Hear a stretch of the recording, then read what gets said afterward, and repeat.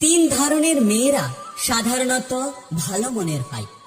এক, যারা কথায় কথায় কেঁদে ফেলে।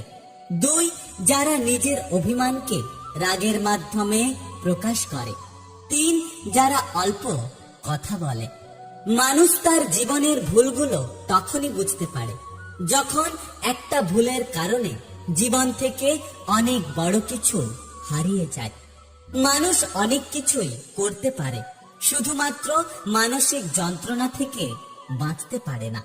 পথটা যখন একাই চলতে হবে, তখন পেছনে কে কি বলল সেটা শুনে লাভ নেই। জীবনের একটা বড় শিক্ষা হলো কোথায় থামতে হবে সেটা জানা, আর কোথা থেকে নিজেকে সরিয়ে নিতে হবে সেটা বোঝা। একটা কথা সবসময় মনে রেখো, ছোট্ট একটা মিথ্যে কথা বলে কাউকে হারানোটা খুব সহজ।